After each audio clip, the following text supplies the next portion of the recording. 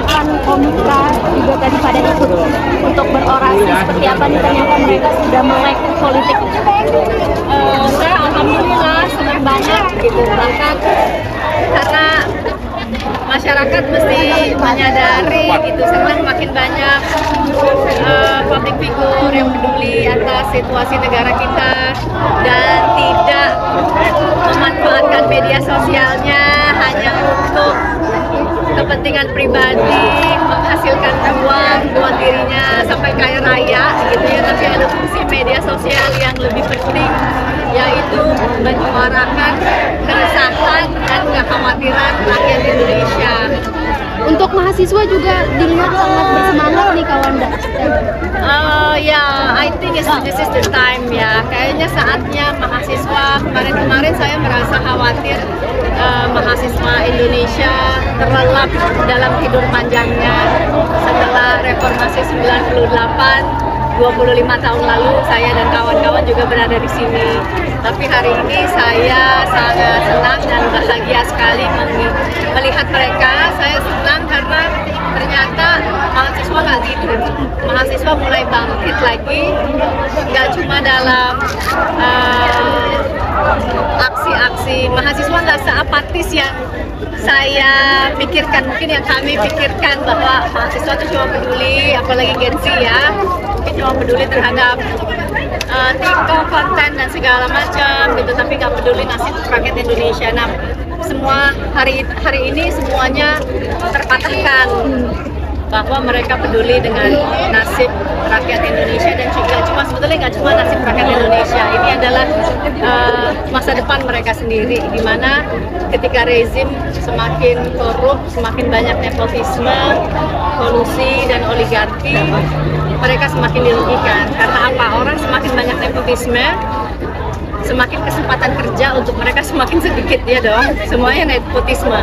Jadi kuncinya di rezim ini adalah kuncinya orang dalam, sehingga mereka anak-anak Gen Z yang sekarang punya kapasitas, kepiawaian, kecerdasan menjadi sia-sia karena nggak punya orang dalam. Gitu. Jadi pintar tapi banyak pengangguran karena nggak ada kerjaan, karena semuanya pakai orang dalam. Dan kemudian yang kedua juga mungkin teman-teman, adik-adik dan anak-anak mahasiswa merasakan bahwa biaya kuliah yang semakin tinggi dan tidak terjangkau lagi. Dan lagi-lagi yang bisa masuk siapa? Orang kaya. Orang kaya siapa ya? Mereka di seputaran oligarki itulah gitu. Sementara rakyat susah mengakses pendidikan, rakyat susah mengakses apalagi universitas kalau kita ngomong sekarang. Di universitas negeri sekarang kayaknya ditanya dulu mau nyumbang, bisa nyumbang berapa baru masuk gitu ya.